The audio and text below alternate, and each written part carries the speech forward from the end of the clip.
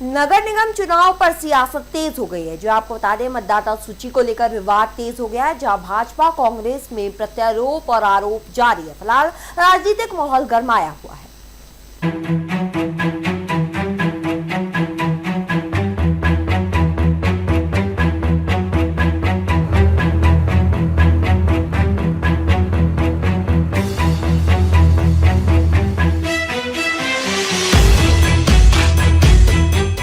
प्रतिनिधिमंडल बद्दी एसडीएम साहब से यहाँ मिलने आया है और जो जाली वोटों के बारे में अब उसे बात कर रहा है, उसके बारे में यहाँ बातचीत हुई है कि जो जाली वोटें ये कह रहे हैं बन रही हैं, ऐसा कुछ नहीं है, क्योंकि जिनके रेजिडेंस प्रूफ सही हैं और जो सही आधार कार्ड है उसी वोट बन रही है। और इसमें जो प्रशासन जो है वो पूरे अपने ढंग से काम कर रहा है, कोई गलत काम नहीं कर रहा है।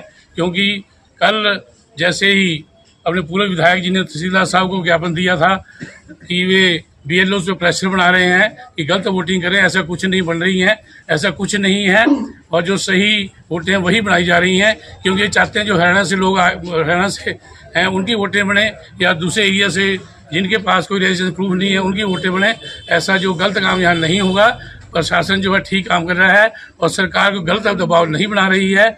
जो सही वोटर है उसके लिए किसी को रोक टोक नहीं है, वो आए, अपना आधार कार्ड दो, रेजिडेंस प्रूफ दे, कागज पूरे रखे, उसके बाद वोट बनेगी। और जिसके डॉक्यूमेंट पूरे नहीं है उसकी वोट तो नहीं बनेगी। इसलिए जो ये वोटों का है ये गलत नहीं, ऐसा कुछ नहीं हो रहा है। सारा प्रशासन ठीक ढंग से काम कर रहा है। एक करने हैं वो अपनाना बंद करें और लोकतांत्रिक तरीके से जो काम करें और जनता के अंदर जो है इस प्रकार के भ्रम न फैलाएं। एक बार फिर से आप सब लोग यहाँ पर आए, आपसे धन्यवाद। जय हिंद, जय हिमाचल।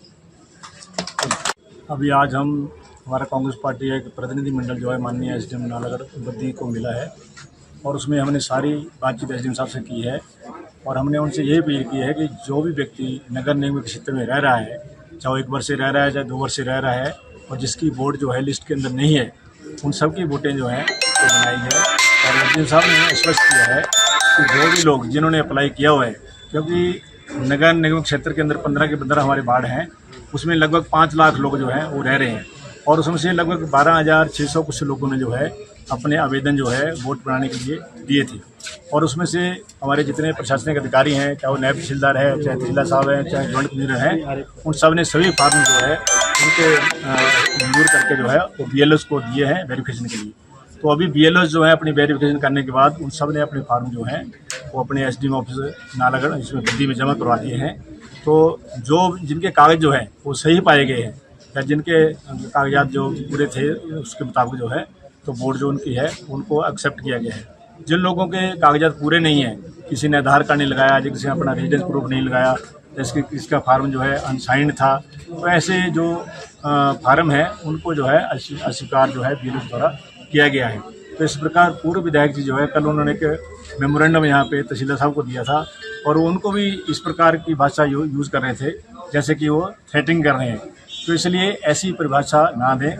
जो भी व्यक्ति यहाँ पे रह रहा है, चाहे वो किसी प्रकार के व्यक्ति है, उसकी वोट बढ़ना जो है वो उचित है।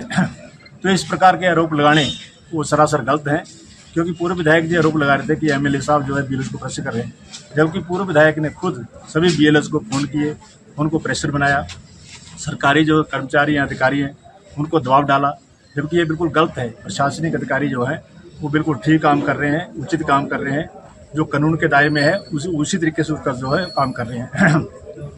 तो हर व्यक्ति को लोकतंत्र के अंदर राइट है कि वो अपनी वोट जो है वो बना सकता है। जो यहाँ का नागरिक है वो यहाँ रह रहा है, चाहे वो 5 साल से रह रहा है, चाहे 10 साल से रह रहा है, उसकी वोट जो है वो बनेगी। तो कुछ लोग जो हैं भाजपा के लोग चाहते हैं